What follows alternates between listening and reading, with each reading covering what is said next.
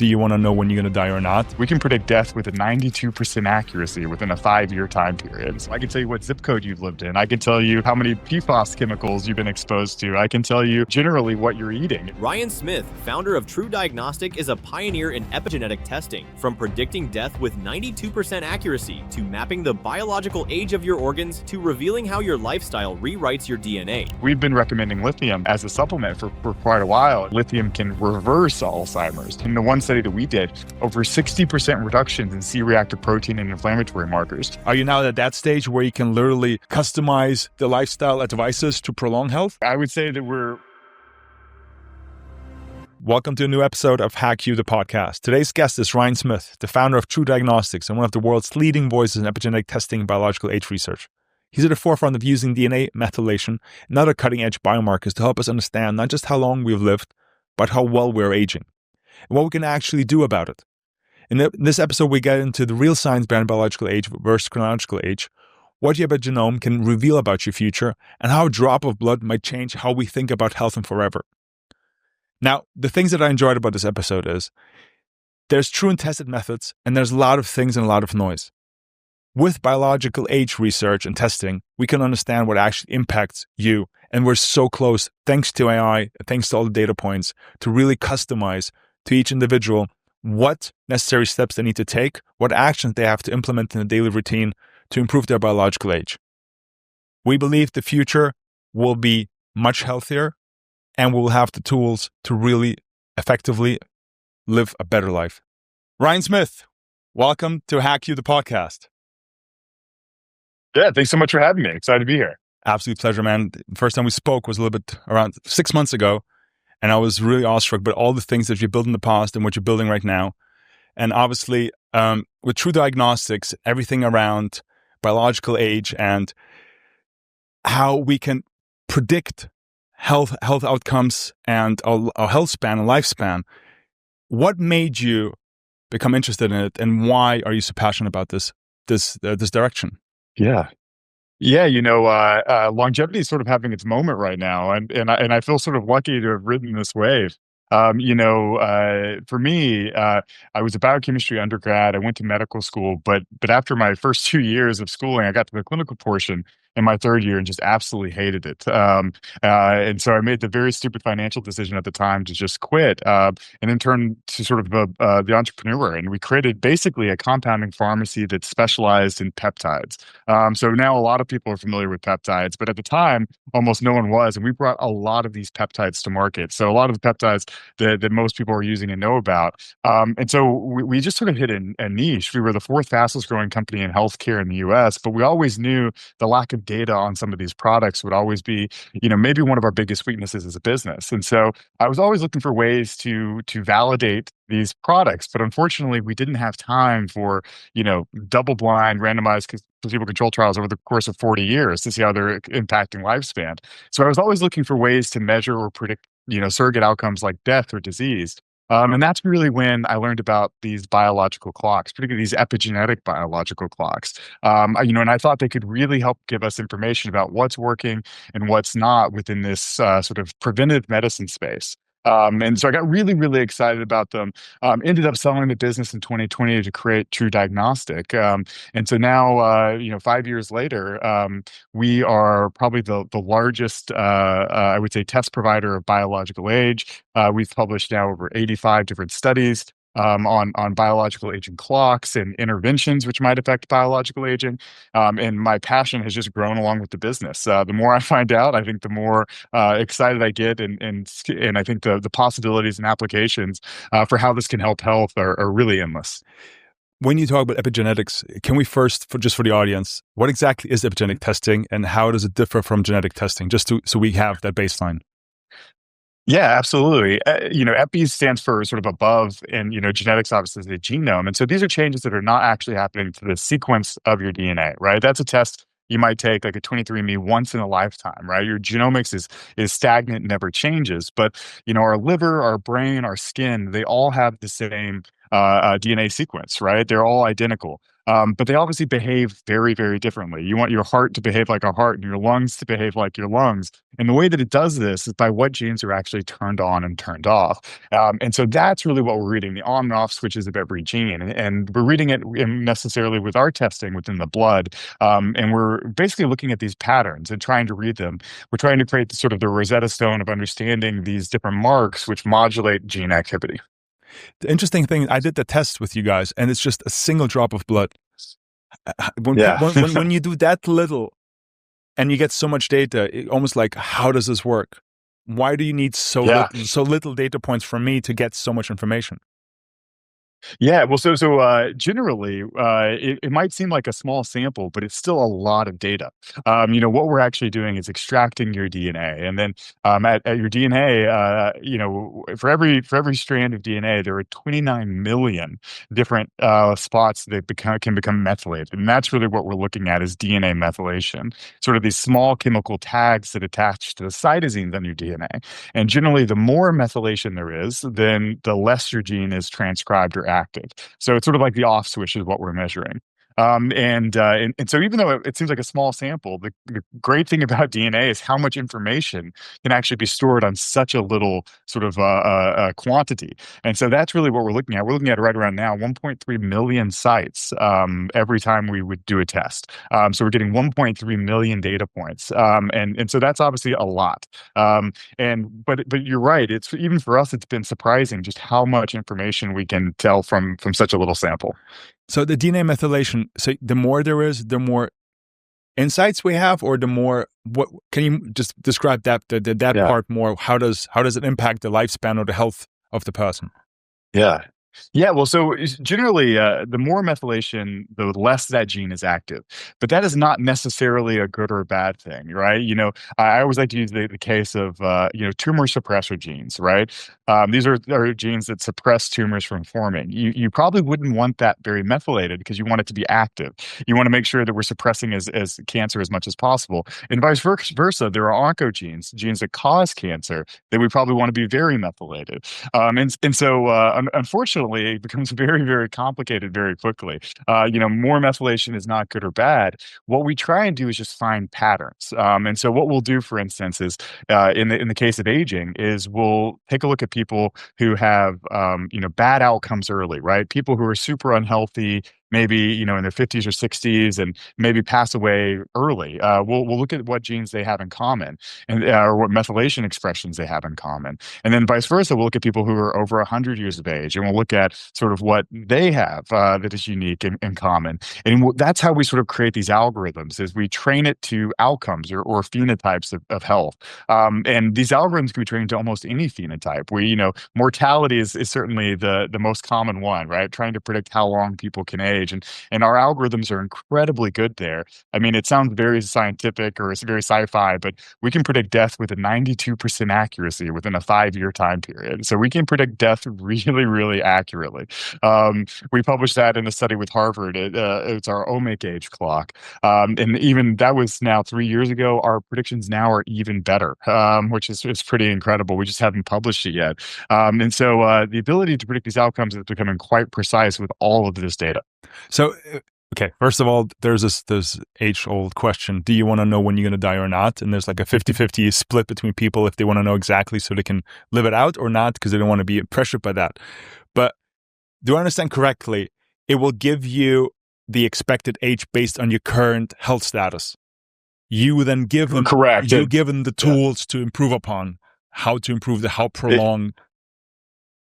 Exactly. We don't actually report your death date, right? We don't do that. The legal and moral implications are a little bit tricky. But with that being said, that's really the beauty of these things. Is unlike genomics, they're changeable. Right. So the ability to impact these are all within your power. And so that is really what we try and do is we try and figure out what works to reverse this and then figure out what has the biggest effect size so that we can compare really everything that we do with the same measuring stick and then really start to make recommendations accordingly.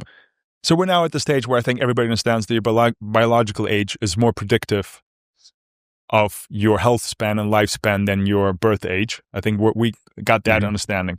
From a lifestyle perspective, Are we now at this point where you are, for somebody who has certain results or certain methylations at a certain age group and demographic, you know what will impact, like for example, adding omega-3 or switching over to Mediterranean diet will have a bigger impact, positive impact on a 60-year-old who lives in Scandinavia than adding extra 2 kilometers walking every single day for somebody in Florida in their 40s. Are you now at that stage where you can literally customize the lifestyle advices to prolong health? And unfortunately not. I would say that we're close, but not there yet. And mainly just because the data hasn't been created yet. These measuring devices that we use really came out in 2018. They're still less than a decade old, and we need those trials, right? We need those before and afters in order to say some of those things. But with that being said, there's still a lot that we can do. So, for instance, I can predict how much activity you are doing by looking at that blood sample. I can predict your omega-3 levels. I can predict almost right now we can predict over 1,700 blood-based biomarkers from just that same drop of blood that also gives us your biological age. And so I can tell you a lot about yourself. I can tell you what zip code you've lived in. I can tell you how many PFAS chemicals you've been exposed to. I can tell you, even generally what you're eating, if it's papaya or watermelon, based on unique metabolites in the blood. So I can tell a lot, but I can't necessarily right now make a customized recommendation. With that being said, that is what we're working on with Yale right now. We've created a platform with them or help contribute to that platform called TransLage, where we're combining every interventional study on DNA methylation together so that we can then predict what patient will respond to what medication. Even just recently, we've had a lot of people pick up a publication we just released about 2 weeks ago on the GLP-1s like semaglutide. Everyone from Peter Diamandis to Elon Musk was tweeting about it because we showed that the GLP-1s had anti-aging reductions. But with this, we can also predict who's going to lose weight with the GLP-1s and who's going to lose muscle mass versus fat mass. So our ability to predict these are getting better, but right now we can't make very, very, very precise recommendations on an individual level. I'll get back to the GLP-1s a bit later when we talk about tools, but for now, surely AI will be a whole incredible advantage to your customization approach because you can now predict the data and add them together. Have you already seen the impact of AI on that process? Oh, absolutely. To be honest with you, we couldn't do any of what we do without AI. I remarked earlier how I was lucky to have ridden this wave of longevity that's sort of occurring now, but it's the same with AI. As AI continues to develop, our algorithms get better and better and more predictive.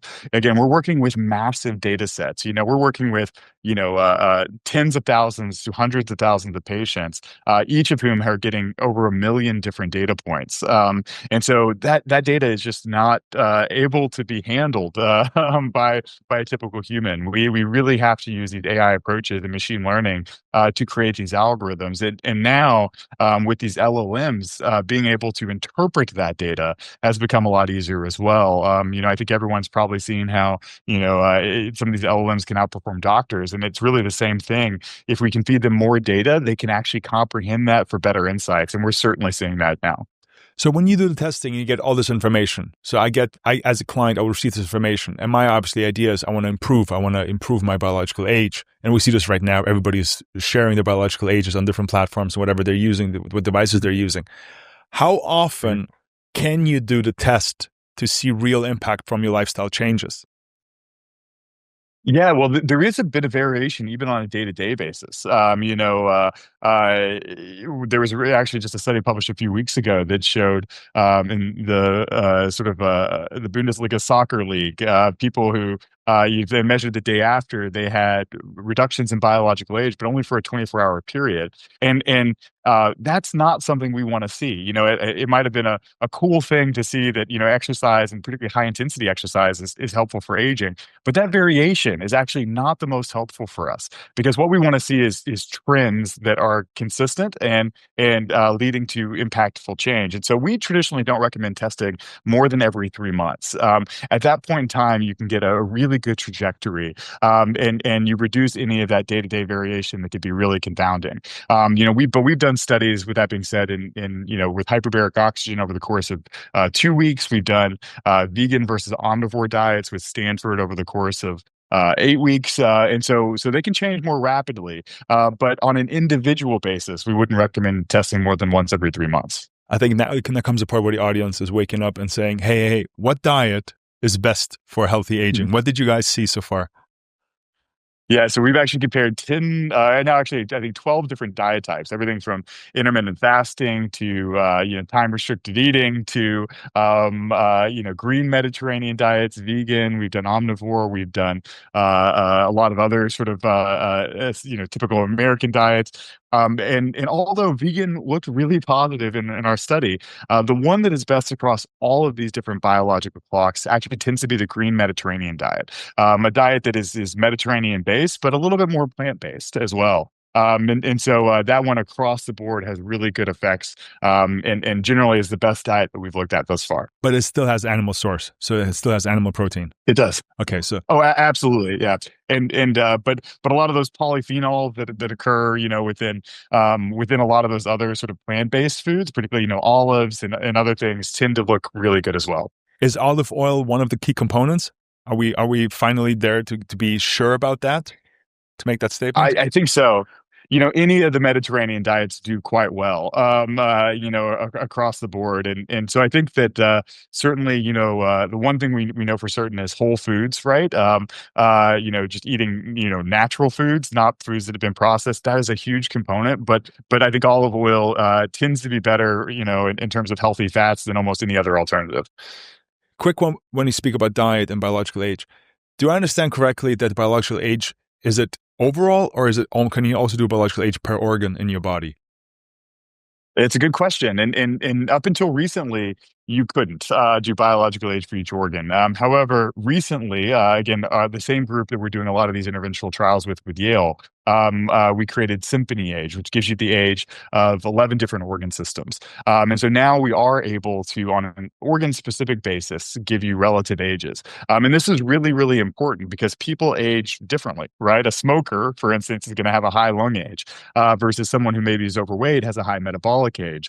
And so, the important part here is that the age of the organ which is highest is most likely to have negative outcomes of that organ. So if you have a high liver age, you could expect to have liver issues as you get older. And so what it allows us to do is to really personalize treatment, right? It used to be that we could tell you if you're aging fast or slow, but we couldn't tell you why. Yeah. And now we have a lot of ways to actually get it to that why and then make those personalized recommendations. Yeah, I just got really excited because now I think that answers the question, can you customize the solutions? And then if you give me 11 different organs, I can sit here on the other side and be like, hey, you need this for the liver, you need this for the lung, you need this for your whatever, the gut and the stomach and the muscle or whatever its need be, for the brain, of course. And I think that's obviously then the future. So you did the diet part. Okay, you have the organ. What other lifestyle changes have you seen have the biggest impact on biological age? Yeah. I always start by saying we've confirmed a lot of previously held ideas, right? Which is that the things we already know tend to be the things that are already the best. So we already talked about diet, but obviously exercise, right? Exercise is probably the biggest effect size of anything that we can do. If you're active, then you're much more likely to have lower biological ages. And just generally, metabolic health is so important because it's so comorbid, right? If you are overweight or if you have high, glucose, it affects every different organ system. It's one of those things that is just so important to all the processes of your body. Those are two no-brainers, right? Exercise, healthy, non-processed foods. However, we've also found a lot of really more interesting things a while too.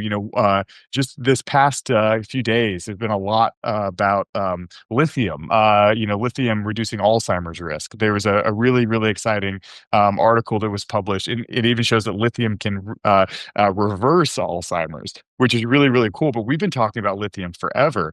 In these biological age clocks, one of the interesting things we've always seen is that bipolar patients generally have lower biological ages. And whenever we controlled for lithium use, it seemed like that was the reason. So we've been recommending lithium as a supplement for quite a while. And then now we're seeing all these other benefits of it as well. Same with high dose creatine. We've seen some of that. People have always been using it for muscle performance, but even its effect in the brain. So some of those things we've seen.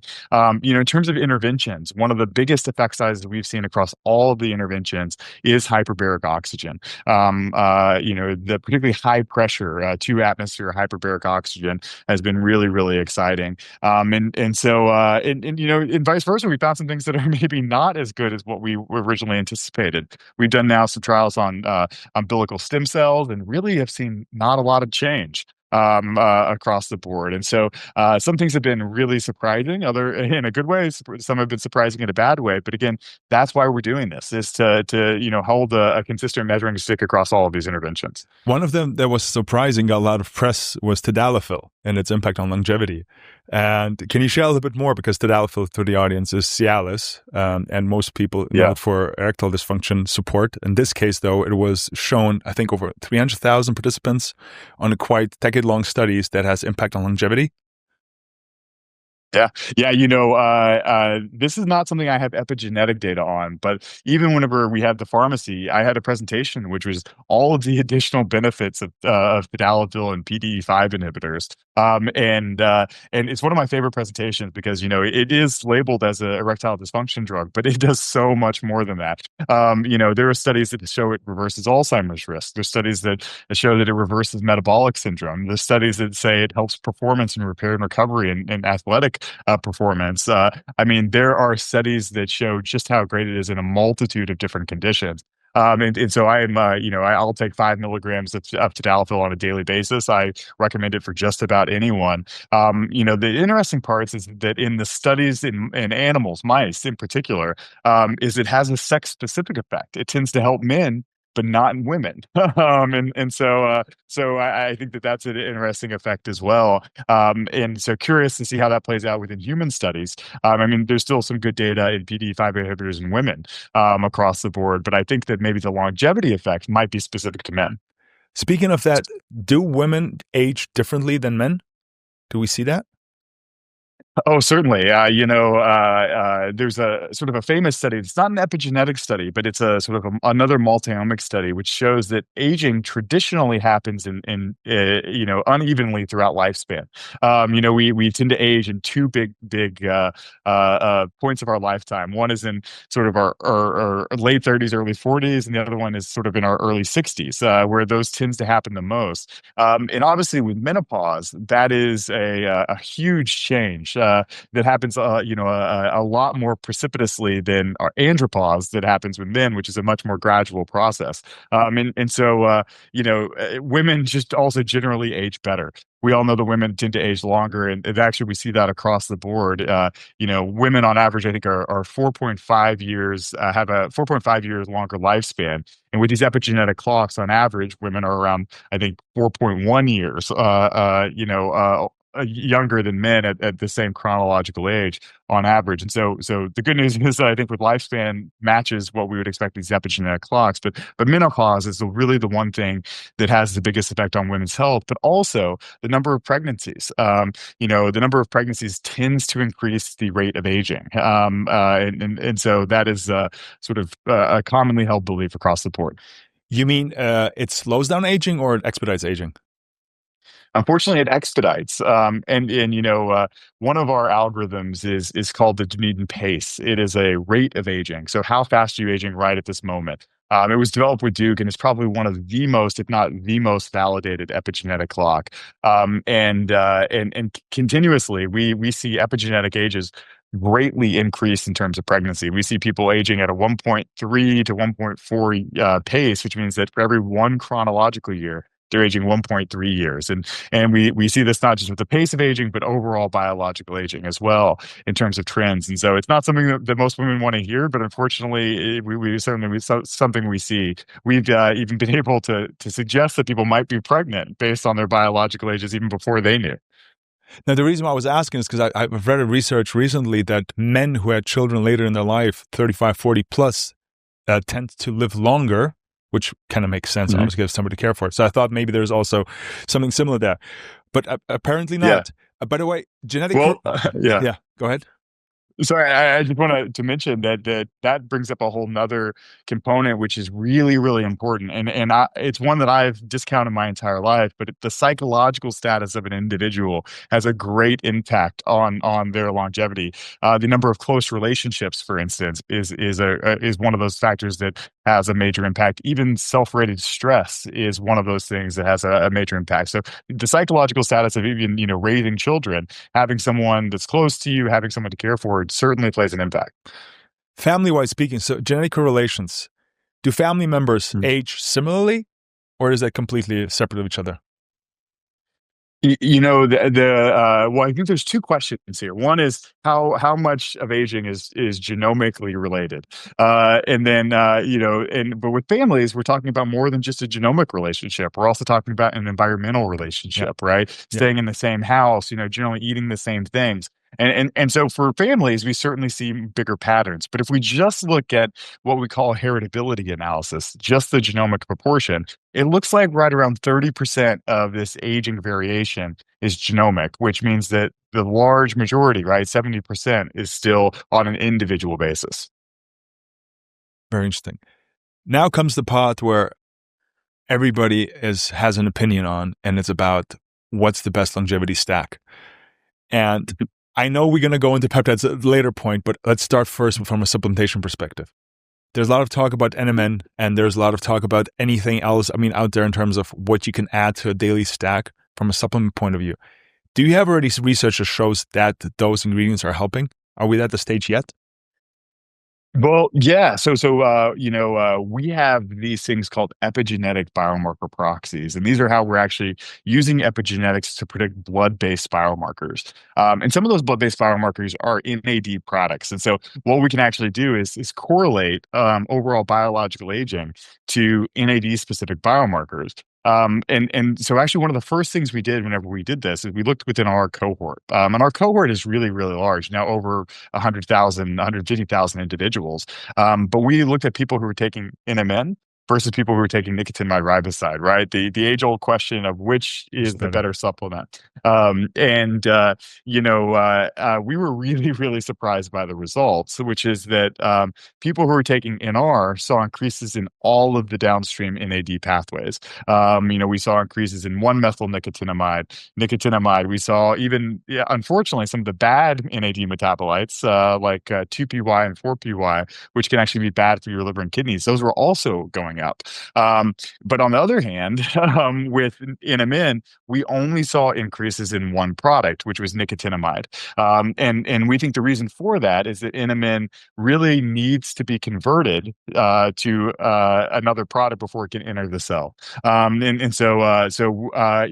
that question, we tend to now recommend nicotinamide riboside over NMN. But as I mentioned, for healthy individuals who don't have NAD deficiencies, we might not recommend anything because generally we also don't want to increase some of the bad downstream metabolites that I already mentioned, like the 2-PY or 4-PY. And so I think that that's one of the reasons we recommend testing, right? See where you're at and then see if you need to supplement. But generally, as we age, obviously NAD goes down. But if you're a young, healthy individual, you might not want to do NAD precursors at all. Yeah, but I think the audience that is listening to, again, when we see the diagnostics blood test results from 35-plus-year-olds, it's very rarely that they're fully optimized. So there's most of the time supplementation coming in. Metformin has also gained a lot of popularity in the longevity space. Do you see efficacy there?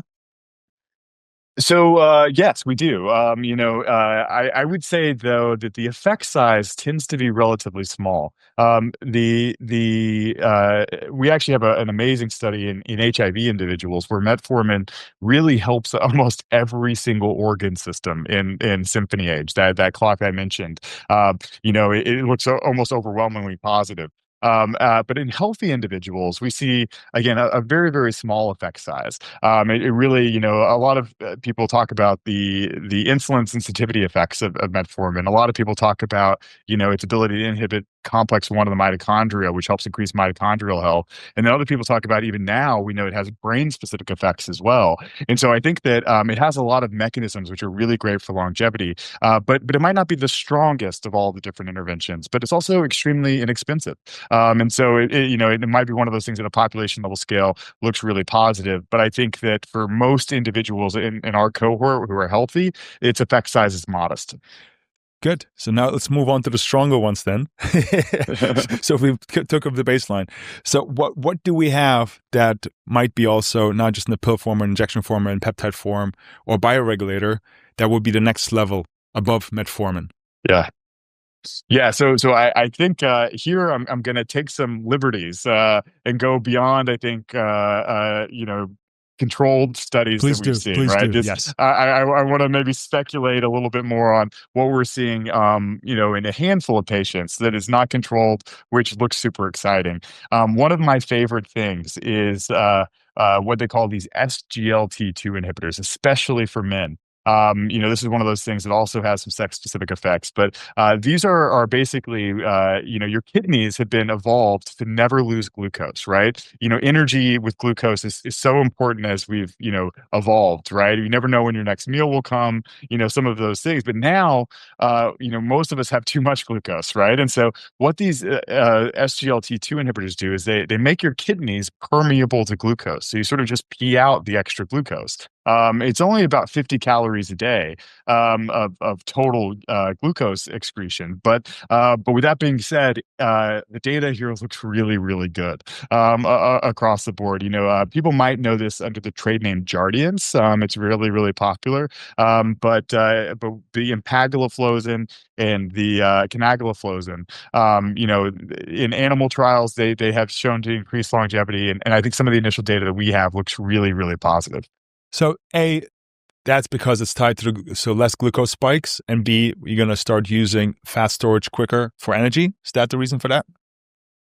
Yeah, I think so. I think that there are probably some other effects that we just don't know yet. It improves kidney health. It's so safe that it can even be given in chronic kidney disease to help improve kidney function. So there might be some other effects on kidney excretion that are having some maybe removing toxins from the body. But yes, I think the main mechanism of action is just reducing glucose, which is generally going to be good for everyone, so that we can increase autophagy. Right? We've known for years that fasting is one of the best things that we can do. It's probably the most validated therapy for anti-aging, and I think that this would help us mimic that to some degree. A quick one on fasting, though, because there's been a lot of, used to be 18-6, and then you shouldn't fast that long, you should fast longer. What does the data show us? What's a healthy fasting for a man, and then healthy fasting for a woman? Because I know that's also different. Yeah, so unfortunately, again, not a lot of epigenetic data here. The one study that I always point to is called the calorie study, and this is where they did for 2 years about 11% caloric restriction. So just eating 11% less calories than you intake. And what we saw there is significant anti-aging reductions in almost everyone. And so just eating less than you're intaking is the number one thing. However, I think that there's also, right now we're doing some studies with things like Prolon, these fasting mimicking diets that go 5 days. I think long fasts certainly seem to have a longevity benefit. Again, they haven't been studied with DNA methylation, but some of Walter Longo's work on multi-day fasts looks really, really positive for longevity. It can be hard to do, but I think the effects are certainly there. Well, that's where the GLP-1s come in. So if we notice insulin sensitivity and glucose control is important for longevity, then I think the stigma is a little bit like with the Tadalafil. I think once you get beyond the part that it's for erectile dysfunction, but it's also for longevity. And once you understand GLP-1s or GLP-2s, GLP-3s, and insulin sensitivity and the glucose support there, then you understand that it's not just for obese people or people trying to lose weight. It's actually for a vast majority of people to support their lifestyles and just be healthier. I mean, I'm one of those people. I'm very, very, very transparent about that. I'm microdosing Retrotide for the last 6 months. Mm-hmm. And I'm not trying to lose weight, but I just see the benefits. I understand the benefits of the glucose sensitivity aspect and just from the metabolism perspective. And I'm trying to share with other people, but the stigma is still there. Oh, it's not, you're cheating, you're trying to lose weight. I'm like, no, I'm actually supporting my health here. Yeah, I get so shocked when I see celebrities like vehemently deny they're on a GLP-1. I'm not taking Ozempic, and I'm like, who cares? It's like Absolutely. I also am taking a GLP-1. I just started an oral one called orforglipron, which is a once daily. And to your point, I think glucose is certainly important, but it's not the only effect that we see with those GLP-1s. We see reductions in in the one study that we did, over 60% reductions in C-reactive protein and inflammatory markers. And not only that, we know that these GLP-1s also work on dopaminergic signaling. And so the ability to regulate bad behaviors seems to be better, right? So not drinking as much. We've seen this even, the amount of alcohol sales in the stock market have dropped because of some of those GLP-1 uses. But even just being able to not binge eat as much, or to not do some of those other bad behaviors, seems to have a really good effect at just regulating behavioral use and making you healthier overall. I mean, given now your background and compound pharmacy and peptides, there's a lot of conversations. I just had one of the guests we had previously on discuss mitochondrial stack with methylene blue, SLUPP, and MOTS-C, and thrown on that additional things to increase. Is there a longevity stack with peptides that you could recommend? So a lot of these peptides have no research, or I should say, no recent research, especially on longevity, because most of these are in various stages of FDA approval, and without a company to finance these interventions, someone who owns them, who has an incentive to do this research, there's not a lot out there. But with that being said, I'm probably one of the most well-tested people in the world. I test my blood all the time. I certainly would have some longevity recommendations that I would like. I think that longevity stack for mitochondria is certainly a good one. I'm a big believer of things that improve mitochondrial health. The SLU PP is one of those that's new. It doesn't have a direct effect on mitochondria, but the estrogen mimicking effects definitely have a metabolic effect. It's I was surprised at how potent it was at fat loss for me. Certainly, but I also generally don't recommend MOTS-C as much. Instead of MOTS-C, I recommend the SS31. Mm-hmm. It is my favorite peptide. It is one of those that I think, a little bit like the PD5 inhibitors. If you look at the research, it helps in osteoarthritis. It helps in, metabolic disease. It helps in Alzheimer's. It helps in, just about everything, because once you improve the mitochondria, you help the cell, stay healthy and across the board. So I love the SS31 and generally recommend it more than the MOTS-C, because the MOTS-C has some stability issues. It has some, you usually need to use it at really high doses in order to get the same effect. And there's a new product out as well that I'm a very big fan of. It's not super available yet, but it is a product which also, like MOTS-C, increases AMP kinase, and so it's sort of like an exercise mimetic. And so it's the product's name is called ATX 304. It's being right now taken to phase 2 clinical trials by Amplifier Therapeutics. It increases VO2 max, it increases performance, it reduces pain and nerve sensitivity, it improves insulin sensitivity. In the mice that took it, they lost weight, but 95% of the weight was visceral or adipose tissue instead of muscle mass.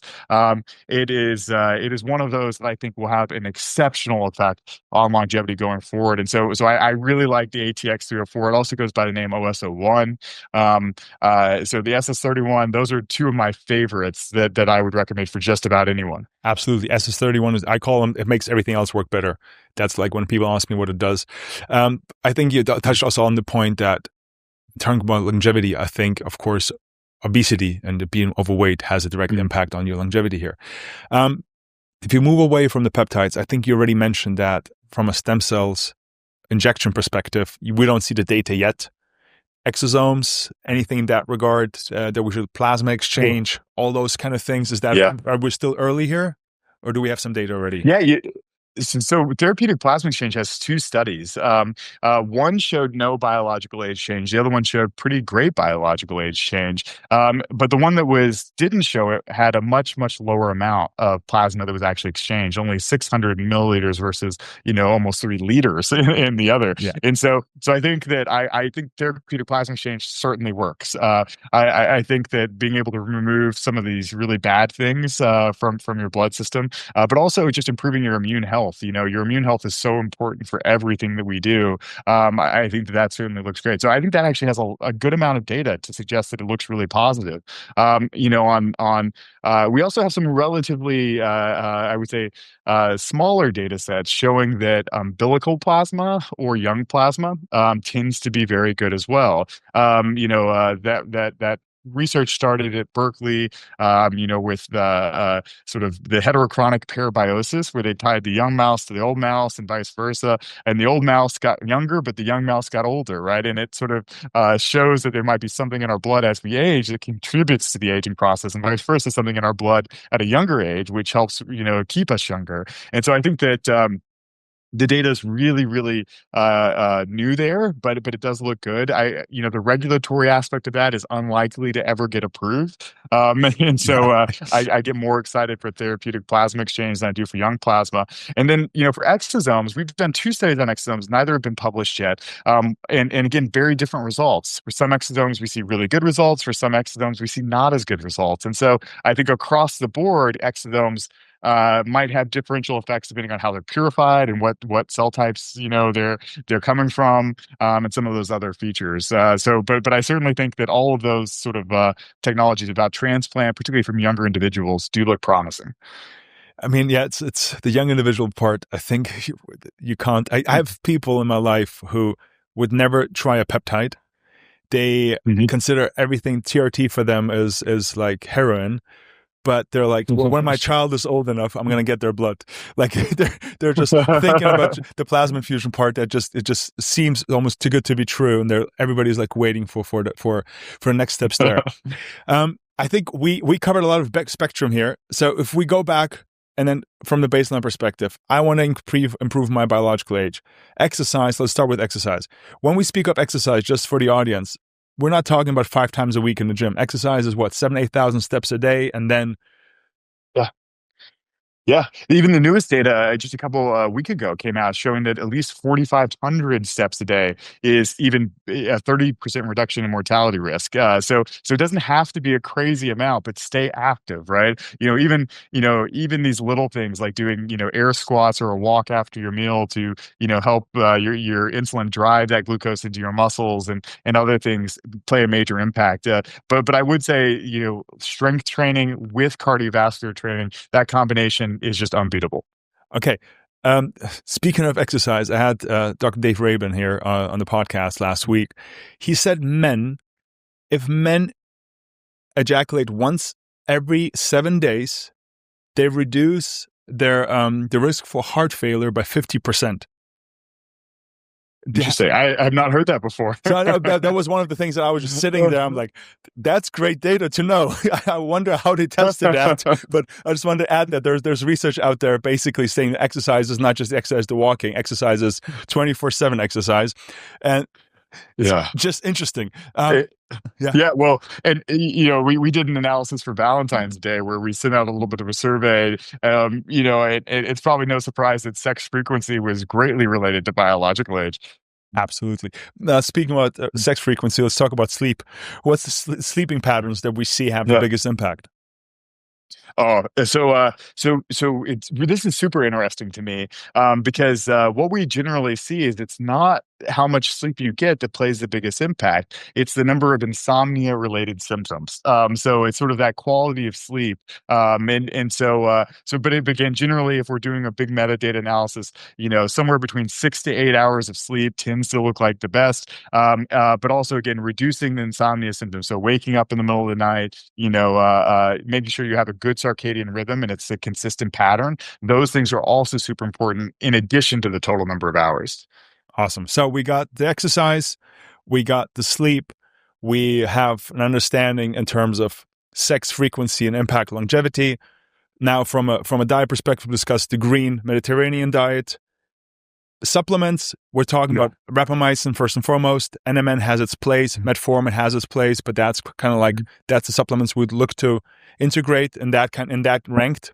Would you agree? Mm-hmm. And then, absolutely. Vitamin D, omega-3s cannot be understated as well. Of course. I mean, the omega-3 part, that's part of the Mediterranean diet that is so important. Yeah. From a peptide perspective, SS31 is the big one that we like and love. Do you see on BPC 157, because a lot of people use it when they have some sort of injury, but do you also see other benefits on BPC 157, sorry? We don't have a ton of data yet, but I'm a big proponent of it. I don't see a reason not to do it. To be honest with you, it's one of those I use frequently, even just for performance. But unfortunately, no data there yet. Awesome. Then we have as we discussed, the Cialis, the Tadalafil at 5 milligrams that I've been also using for the last 7 months now, just before the workout. Same thing, incredible impact and support. Now, there's one thing that also in line with what we discussed on the latest episode was ketamine and psychedelics. And that's something that's completely new, but it feels like it becomes more and more also less stigma heavy and discussed more and research more. And I heard from you that there's some new data out there. Yeah, well. So just 2 weeks ago, there was a study on psilocybin where it showed that it increased in both mouse lifespan, but also cell lifespan. So just a cellular study, it also seemed to increase. So psilocybin has data. We ourselves, though, did a study on ketamine where we did for treatment-resistant depression, where we did basically a couple infusions of ketamine every week for 3 weeks, and we did see biological age reduction. We just had that published, actually, so I think in the right circumstance, ketamine and psychedelics like psilocybin look really, really promising for anti-aging therapies. And how this is done, I'm not quite sure yet. It might be via that psychological pathway that we're talking about, where we're helping improve the social sort of interaction with the world. But both of the data sets look promising. We were very surprised at just how effective the ketamine was. Okay, and then we obviously end up with from IV perspective, the plasma transfusion, exosomes we're looking at, stem cells is still in the books. But now, when I'm a parent or part of the audience, what's a sensible age to start maybe testing biological age? Yeah. So, we even see that the number of adverse childhood experiences as a child can impact the biological aging throughout time. But generally, I would say that, most people's aging, as long as they're relatively healthy at younger ages, is going to be pretty consistent, right? So I would, prioritize it, under the age of 30, just being as healthy as possible. We're doing the things we already know, right? Exercise, social friendships, good diets. That's generally enough. After 30, I think you can start to really optimize yourself a little bit more by identifying what works for you and what doesn't. So what works for you doesn't is an interesting point. I had, end of last year, I decided I normally travel every 2 weeks minimum. And the lifestyle changes obviously when you travel. So let me be in the same place for 12 weeks and fully focus on my health. And just like you, I do a lot of diagnostics. And I did blood tests every 3 weeks during that span. So I did 4 blood tests. And I was perfect on my diet. I was perfect on my sleep. All my scores were perfect, and my blood tests would get worse. Do you sometimes see people trying to implement lifestyle changes in line with the recommendations, and they actually age, or the biological age becomes worse? And what do you do then? What could be the reason for that? I would say it's rare, but it does happen occasionally, and usually there's a reason.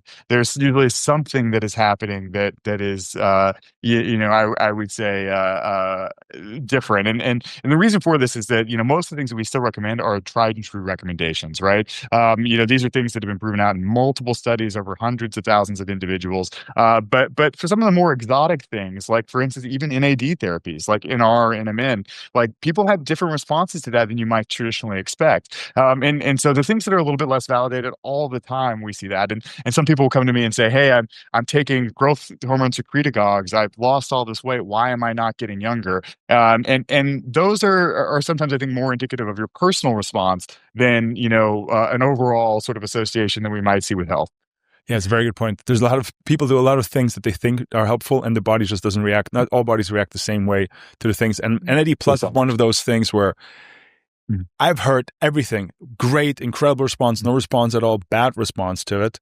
But also you hear a lot of protocols that are just, sometimes they're not in line. It just feels like people don't know yet what the best way is to take it. So yeah, that's a very good point. Now, so from an age perspective, we got that covered. Where is the best way and how is the best way to start it? So everybody who's listening to today is very excited and obviously want to find out what biological age is. What's the best way to start it? Where do we go? Where do we find it? And where can we find out more about you? Yeah, so if there's a couple things looking for a biological age test, there are two things more than anything I recommend. One, make sure the biological age algorithm is published. If you do not know how this is affecting or predicting outcomes, it's not a good biological age test, because that's how we prove that these tests work. We have to take a test, see how close we are to the outcomes the individual actually experiences. So look for publications and validation. If you'd like to do TruDiagnostic, all of our algorithms are published and validated. And you can find our tests on our website at TruDiagnostic.com. We definitely believe that we're the best in the biological age space. And if you want to buy a test kit, again, it just takes a few drops of blood. You can ship it just about anywhere in the world and take it at home. Absolutely. I want to add to that. I think the transparency on the algorithm is very important. I think there's a lot of companies who are not very transparent. And funny enough, most of their clients, especially the more loyal the clients are, the more the clients pay, the better the biological age gets with time. And I've realized that where there's a lot of people publicly now sharing the biological age, I'm like, that's not how this works, guys. you can't do this quickly in that kind of time. So I think transparency is very key. Yeah, and from a simplicity perspective, yes, it's literally a blood drop. It was sent from the UAE to the US. I mean, it was incredible. Ryan, thank you so much for your time. Thank you for sharing. I love how you tried to avoid stepping on any statements that cannot be proven. Although at the same time, I know that a lot of things that you're personally testing with and experimenting with. And I always enjoy speaking to you because it feels like there's a lot of things that is in the background is going to happen very soon. And that's very exciting. So hopefully we'll get to do this in 6 months again and then discuss all the new stuff that came out since. Yeah, likewise. It's always great to talk with someone who's trying all the same things I am and sharing notes. So hopefully we'll be back on soon and have more to share. Awesome. Thank you, Ryan.